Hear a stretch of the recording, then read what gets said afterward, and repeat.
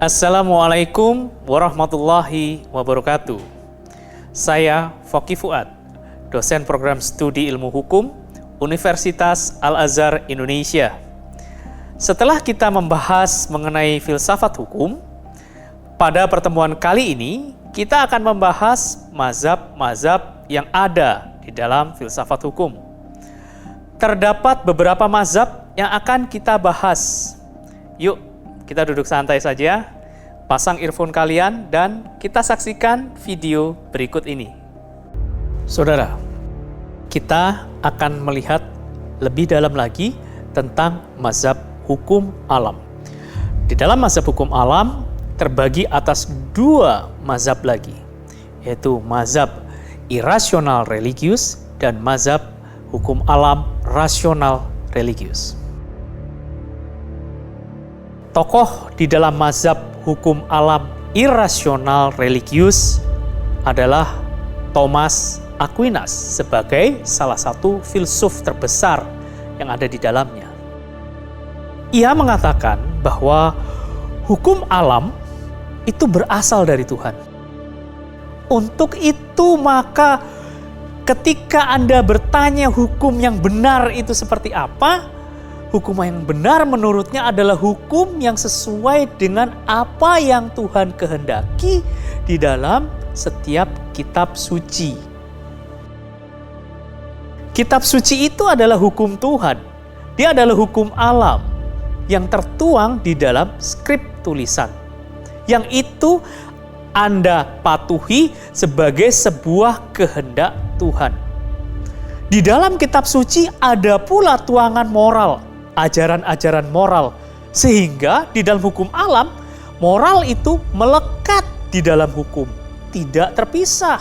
Hukum dan moral, menurut Thomas Aquinas, merupakan pengaturan hidup dari pergaulan umat manusia.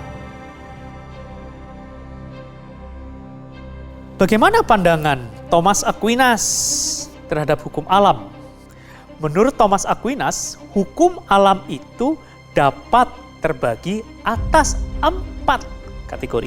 Yang tertinggi adalah lex aeterna.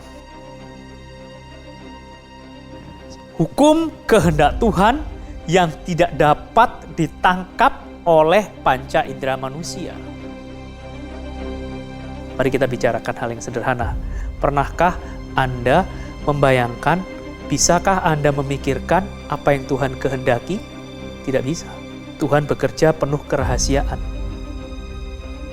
Anda tahu kapan Anda akan mati? Tidak tahu.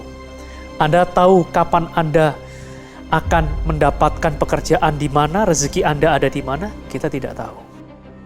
Kita hanya menjalani apa yang Tuhan perintahkan. Tuhan bekerja dengan kerahasiaannya.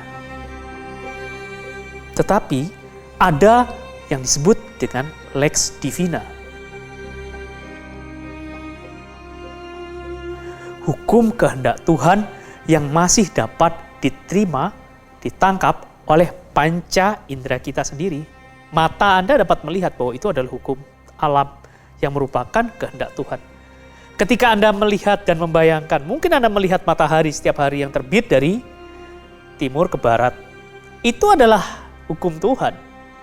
Tapi hukum Tuhan yang ini dapat Anda lihat dengan mata Anda sendiri. Panca indera Anda bisa merasakan gerak hukum alam ini.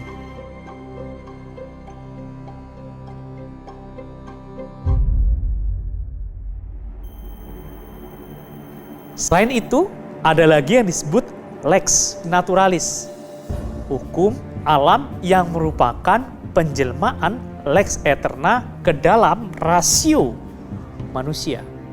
Pernahkah Anda menyadari bahwa di dalam tubuh Anda sendiri ada kehendak Tuhan di sana? Akal Anda adalah bentuk kehendak Tuhan. Ruh Anda sendiri adalah bentuk kehendak Tuhan yang tidak mungkin Anda tolak. Bahwa sesungguhnya tubuh manusia juga merupakan bentuk dari rahasia kehendak Tuhan itu sendiri.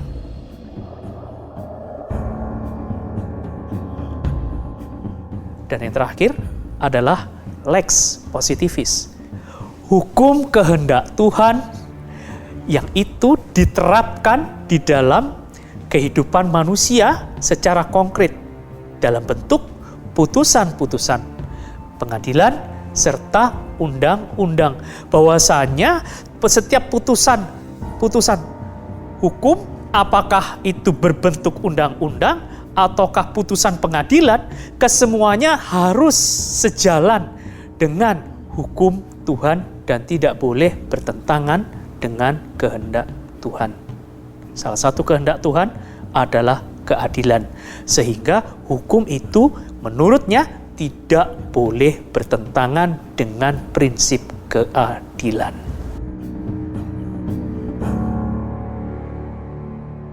Aquinas mengatakan bahwa perilaku manusia dikatakan benar jika perilaku itu mengikuti apa yang Tuhan kehendaki.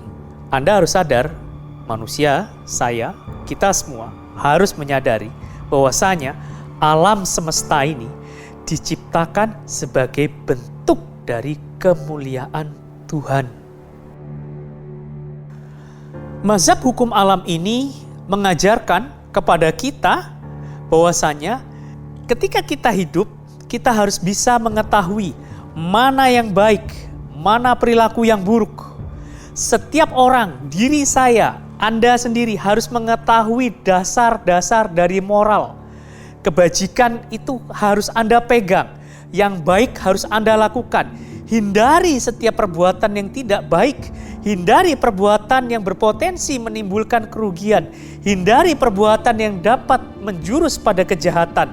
Menurutnya, bahwasanya semua perilaku yang baik, semua perilaku yang benar adalah perilaku yang ditunjukkan oleh Tuhan bagi manusia. Bonum et facindum malum est vitandum. Bahwa perbuatan yang baik harus dilakukan, sedangkan perbuatan yang jahat harus Anda hindari.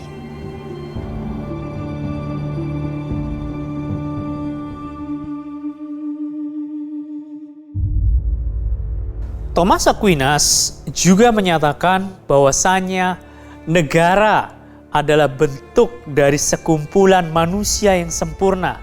Societas perfecta, katanya. Negara itu harus ada. Negara itu harus dibangun. Karena di dalam negara, disitulah manusia itu hidup dengan nilai-nilai, norma-norma, tatanan-tatanan sosial yang mengikuti apa yang Tuhan kehendaki. Tanpa negara, manusia hidup dengan penuh kerusakan.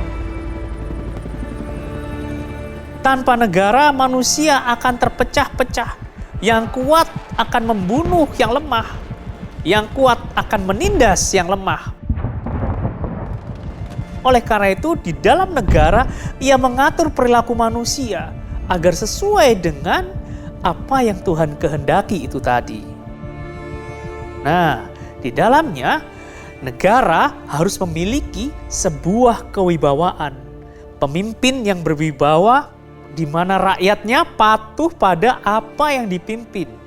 Rumah ibadah dalam kaitan ini, bentuk dari rumah kerohanian, adalah bentuk dari bagaimana Tuhan berbicara kepada manusia yang ada di dalam negara itu. Negara memiliki peran penting untuk mengajarkan nilai-nilai, moralitas, hukum, etika kepada manusia. Oleh karena itu, rumah ibadah adalah bentuk masyarakat yang sempurna dalam bidang kerohanian. Tidak bisa dipisahkan menurutnya antara kehidupan dunia dan kehidupan akhirat. Karena pada dasarnya mengikuti Tuhan juga mengikuti kehidupan dunia sekaligus mengikuti kehidupan akhirat itu sendiri. Hanya Tuhanlah yang berhak menentukan isi apa yang dikehendaki di dalam hukum menurutnya. Demikianlah video pembelajaran mengenai filsafat hukum ini. Semoga memberikan manfaat bagi Anda semua dan semoga pula dapat Anda fahami dengan mudah. Wassalamualaikum warahmatullahi wabarakatuh.